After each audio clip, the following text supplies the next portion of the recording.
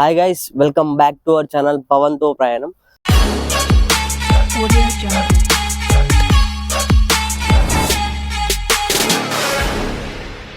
So వెనక చూస్తున్నారు కదా, ఇది వచ్చేసి ఒక అయ్యప్ప ఆలయం అన్నమాట. అంటే సేమ్ మన శబరిమలలో ఎట్లా ఉంటుందో సేమ్ అదే విధంగా అయితే ఇక్కడ కట్టిరనమాట. ఈ విలేజ్ నేమ్ వచ్చేసి శంకర్పల్లి. ఇది వచ్చేసి మన ఎల్బీ నగర్ నుంచి 57 కిలోమీటర్స్ అయితే ఉంటది. అండ్ గచ్చిబౌలి నుంచి వచ్చేసి ఒక 30 కిలోమీటర్స్ అయితే ఉంటుంది అనమాట. సో కంప్లీట్ గా చూడొచ్చు మీరు. సేమ్ మన శబరిమలలో ఎట్లయితే కట్టినారో కలరింగ్ కానీ అంటే ఆర్కిటెక్చర్ కానీ కంప్లీట్ గా అయితే అదే టెంపుల్లో ఎట్లుంటుందో సో ఇక్కడ కూడా అట్లే కట్టిరు అనమాట. సో అసలు లోపలికి వెళ్ళి అసలు ఎట్లున్నది పైన అండ్ టెంపుల్ టైమింగ్స్ ఏంది, స్పెషల్ పూజలు ఉండే రోజులు ఏంది అనేది కంప్లీట్ గా డీటెయిల్స్ అయితే ఈ వీడియోలో ఉంటది. సో ఎవరైనా కొత్తగా వస్తే ఛానల్ని ఖచ్చితంగా సబ్స్క్రైబ్ చేసుకోండి అండ్ వీడియో ఎండ్ వరకు చూడండి. సో అది మ్యాటర్. ఇంకా లేట్ చేయకుండా వీడియోలోకి జల్లి పోదాము. Let's go.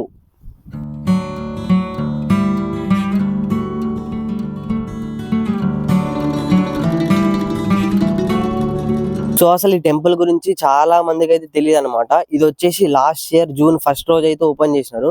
సో ఇంచుమించు 1 year కూడా దాటిపోయిందని చెప్పొచ్చు. అండ్ మన కేరళలో ఉన్న మెయిన్ టెంపుల్ కి అయితే అందరూ వెళ్ళలేరు కాబట్టి సో ఇక్కడికైతే వచ్చి హ్యాపీగా ఫ్యామిలీ తోటి దర్శనం అయితే చేసుకోవచ్చు.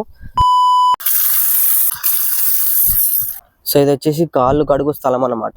సో అక్కడ చెప్పులైనా విప్పేసి ఇక్కడ మనం కాళ్ళు కడుక్కొని ఇటు సైడ్ నుంచి దర్శనానికి అయితే వెళ్ళాలన్నమాట. అండ్ ఇక్కడ పార్కింగ్ కి కూడా ఎలాంటి ఇబ్బంది లేకుండా చాలా స్పేస్ అయితే ఉందన్నమాట. ఇక్కడ మీరు ముంగట కూడా చూడొచ్చు.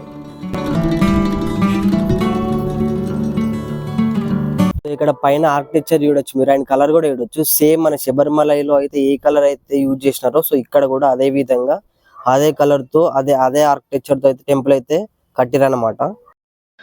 మనం ఇక్కడ ఆలయంలోకి రాగానే శ్రీ కడుత్తన్ స్వామి వారైతే మనకి దర్శనం ఇస్తాడు.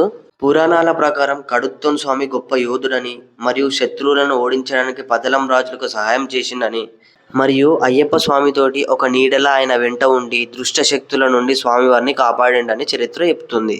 అండ్ ఇది వచ్చేసి శ్రీ కరుత్తమన్ అండ్ కరుత్తన్ గారి ఆలయం అన్నమాట.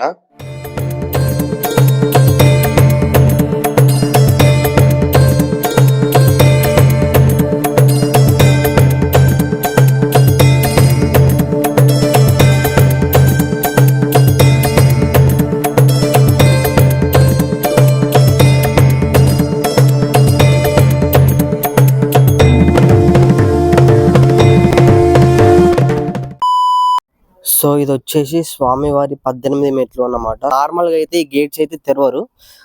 ఇది తెరిచేది వచ్చేసి నవంబర్ లోనే తెరుస్తారు అనమాట.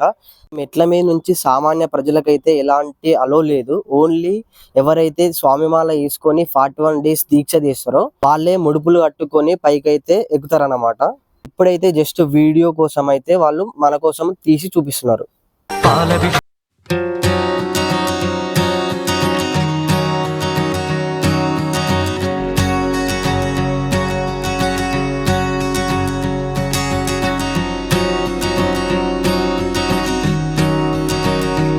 సో ఇక్కడ మీరు చూడొచ్చు, ఇది దర్శనంకు దారి అనమాట. సో ఇక్కడ నుంచి మనం స్టెప్స్ తోటి పైకైతే వెళ్ళాలి. సో పైకైతే వెళ్ళి చూద్దాం. స్వామియే శరణమయ్యప్ప. ఇక్కడ చూడొచ్చు శ్రీ అయ్యప్ప స్వామి దేవస్థానము. అంటే ఇక్కడ టెంపుల్ టైమింగ్స్ వచ్చేసి ఇక్కడ మెన్షన్ చేసినారు. మార్నింగ్ 6:30కి ఓపెన్ అవుతుంది అనమాట. అండ్ 6:45కి అభిషేకం అయితే ఉంటుంది. అంటే మార్నింగ్ 11:30కి టెంపుల్ అయితే క్లోజ్. అండ్ మళ్ళీ ఈవినింగ్ 5కి అయితే టెంపుల్ ఓపెన్ చేస్తారంట. అండ్ 7:40కి మళ్ళీ ఇంకొకసారి హారతి ఉంటది. అండ్ లాస్ట్ కి 8 o'clockకి కంప్లీట్ గా టెంపుల్ అయితే మూసివేత అంటే కంప్లీట్ గా క్లోజ్ చేస్తారు. అండ్ ఇక్కడ చూడొచ్చు ప్రతి బుధవారము 10 గంటల నుండి 12 గంటల వరకు భజన కార్యక్రమం ఉంటది. ఆ తదుపరి అన్నదానం అయితే ప్రొవైడ్ చేస్తారు అనమాట. సో ఇప్పుడైతే క్రౌడ్ తక్కువనే ఉన్నారు. అండ్ ఎవ్రీ వెనస్డే వచ్చేసి ఈ టెంపుల్ కి ఒక 400 to 500 పీపుల్ అయితే వస్తారనమాట. ఎందుకంటే ఆ రోజు కొంచెం స్పెషల్ ఉంటది కదా, అంటే భజన కార్యక్రమము అండ్ అన్నదాన కార్యక్రమం ఉంటది కదా. సో ఆ రోజు అయితే టెంపుల్ అయితే క్రౌడ్ ఎక్కువ ఉంటదంట. సో ఇప్పుడైతే పైకి వెళ్ళి ఎట్లుందనేది చూద్దాం.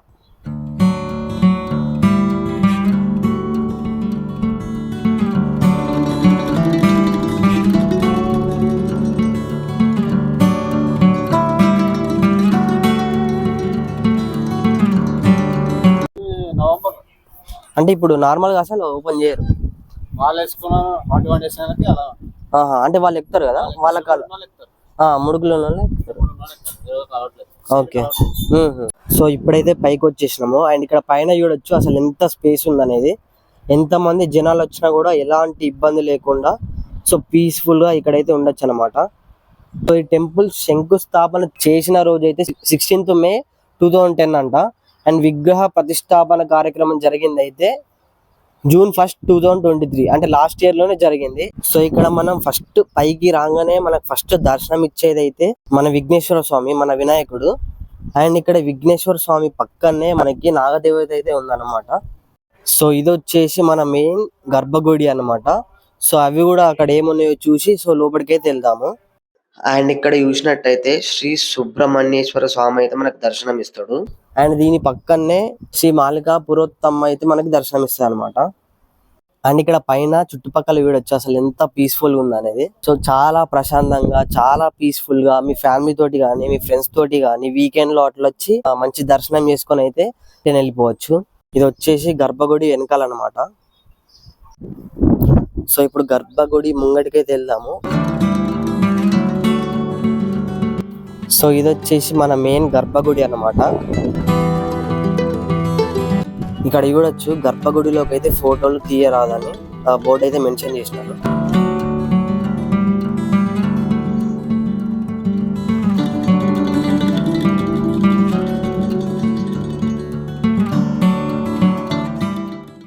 సో ఇది వచ్చేసి మెయిన్ స్వామివారి గర్భగుడి అన్నమాట. ఇందులో అయితే కెమెరా అలో లేదని ఇక్కడ మెన్షన్ చేసినారు. అండ్ మనం అడిగినాము, కాకపోతే మనకు కూడా ఎవరికి అలో లేదని అయితే వాళ్ళు చెప్పినారనమాట. So we have to respect them కాబట్టి లోపల స్వామివారిని అయితే చూపించలేకపోయినా. సో ఇక్కడ నుంచి అయితే ఎంతవరకు అయితే తీస్తానో అదైతే మీరు చూసి దర్శనం చేసుకోండి.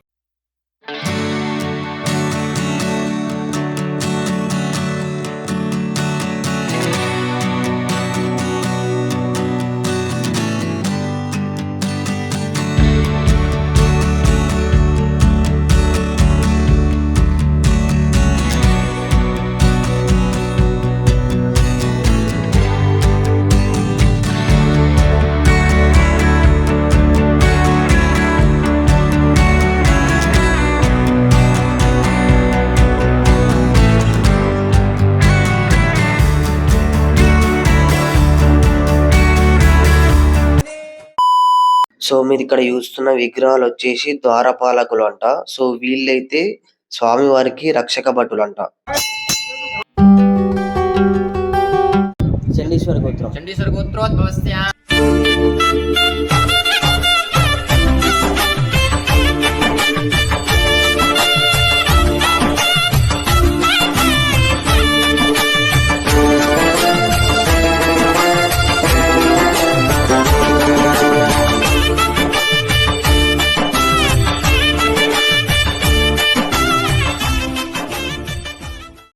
సో ఇట్లా మా దర్శనం కంప్లీట్ చేసుకొని కొద్దిసేపు టైం స్పెండ్ చేసి మేమైతే కిందికి స్టార్ట్ అయిపోయినాము.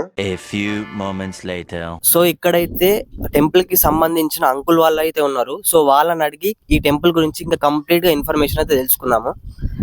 సో అంకుల్ చెప్పండి, అసలు ఈ టెంపుల్ స్పెషాలిటీ ఏంటి, అసలు ఎగ్జాక్ట్ గా మన శబరిమలలో కట్టిన విధంగా కట్టినారు కదా, సో అది ఎందుకు అట్లా, అంటే ఏమైనా స్పెషాలిటీ ఎందుకు అని ఇక్కడ చెప్పండి.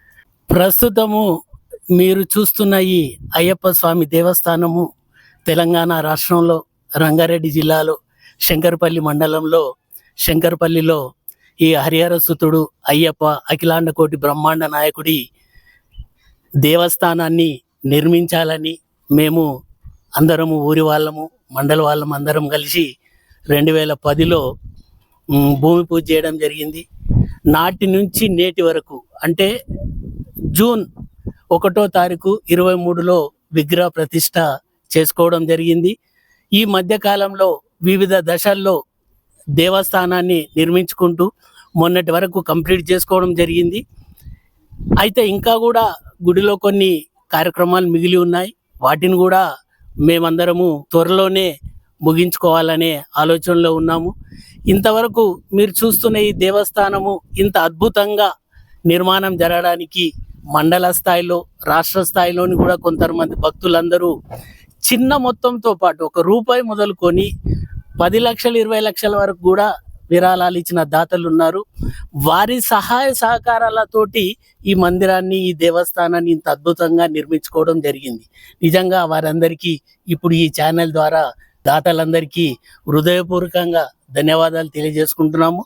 అలాగే ఈ దేవస్థానంలో 2010 నుంచి మొదలుకొని ఇప్పటి వరకు కూడా మేము వార్షిక పూజలు నిర్వహించుకోవడము, అలాగే అన్నదాన కార్యక్రమాన్ని మండల కాలం మందు అన్నదాన కార్యక్రమం నిర్వహించడం జరుగుతుంది. అది కూడా అందరి దాతల సహకారంతో. అలాగే శబరిమలలో ఎలాగైతే పడి పూజా కార్యక్రమం జరుగుతుందో, పూజలు జరుగుతుంటాయో, అలాగే ఇక్కడ కూడా ఈ దేవస్థానంలో కూడా రోజువారీ పూజా కార్యక్రమాలు నిర్వహించడం జరుగుతుంది.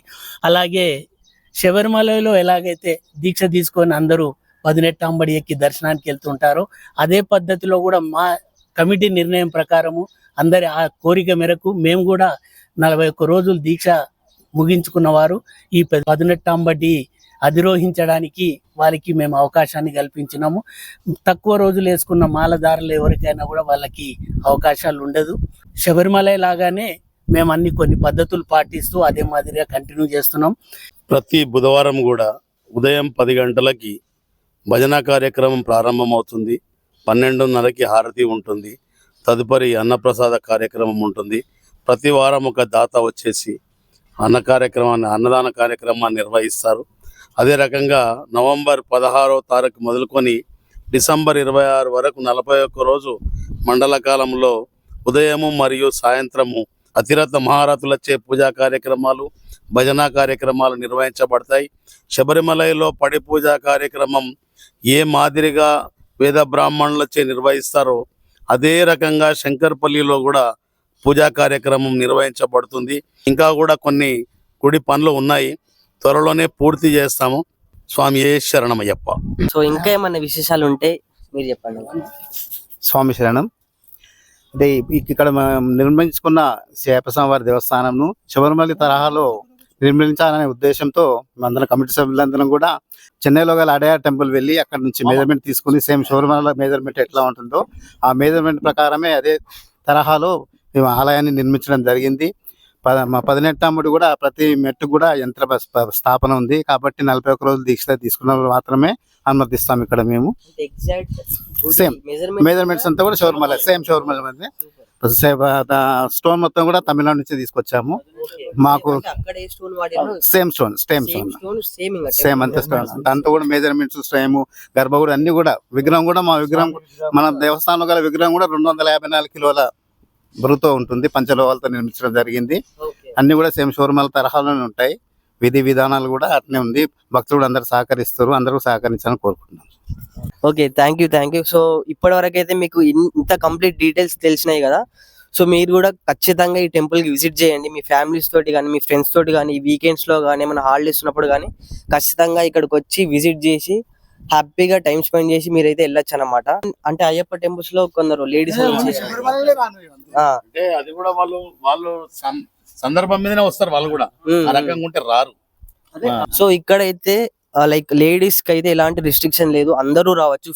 కంప్లీట్ ఫ్యామిలీ తోటి లేడీస్, పెద్దలు, చిన్నలు అందరు అయితే వచ్చి స్వామి వారిని దర్శనం చేసుకొని వెళ్ళొచ్చు అనమాట. అంతే.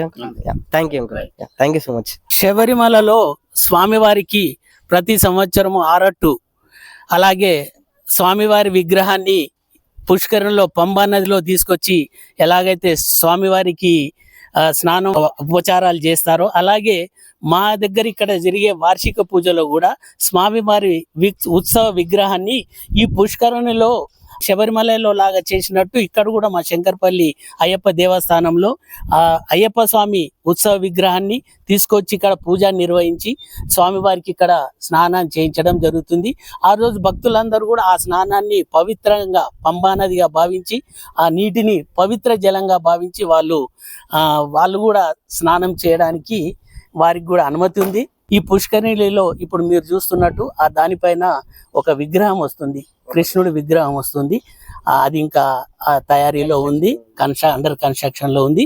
ఇది కంప్లీట్ అయిన తర్వాత అక్కడ ఒక విగ్రహం కృష్ణుడిది ఆ విగ్రహం కూడా ఏర్పాటు చేయడం జరుగుతుంది. శబరిమల గిట స్వామి ప్రతిష్టాపన రోజు అరట్టు ఉత్సవం చేస్తారు. ఇక్కడ ప్రతిష్టాపన రోజు ఇక్కడ అరట్టు ప్రతిష్టాపన అంటే తెలుగు డేట్ ప్రకారం ఓకే ఓకే ఏంది మన జ్యేష్ఠ మాస ద్వాదశి. ఓకే వీళ్ళు కూడా ఈ గుడికి 18 లక్షల రూపాయలు డొనేషన్ ఇచ్చారు. వీళ్ళ నాయన ప్రామిస్ చేసినండే, దాని తర్వాత వాళ్ళ నాయన మాటను వీళ్ళు నిలబెట్టారు. 18 లక్షల రూపాయలు అయ్యప్ప గుడికి విరాళంగా ప్రకటించారు. వీళ్ళు కూడా 18 ఆంబడి కోసమని వీళ్ళు ఇచ్చారు. స్వామి ఆశీర్వాదం, మా నాన్న ఆశీర్వాదం. Thank you. ఇంకా కొన్ని కార్యక్రమాలు ఉన్నాయని మీతో చెప్పడం జరిగింది ఛానల్లో. అంటే ఎవరి ఇంట్రెస్ట్ బలవంతం అనేది కాకుండా ఎవరి భక్తి కొలది వారు ఎంత ఇచ్చినా స్వామివారు స్వీకరిస్తారు. కాబట్టి దాతలు ఎవరైనా ముందుకొచ్చి ఎవరైనా ఇవ్వాలనుకున్న వాళ్ళు, బలవంతం అనేది కాదు, లేకపోతే కంపల్సరీ అనేది కాదు, ఇవ్వదలుచుకున్న వాళ్ళు ఇంకా కొన్ని పనులు ఉన్నాయి కాబట్టి వాటిని అన్ని ముగించుకోవడానికి మీ వంతుగా మీరేం సహాయం చేసినా మేము స్వీకరించడానికి సిద్ధంగా ఉన్నాము, సహకరిస్తానని ఆశిస్తున్నాము.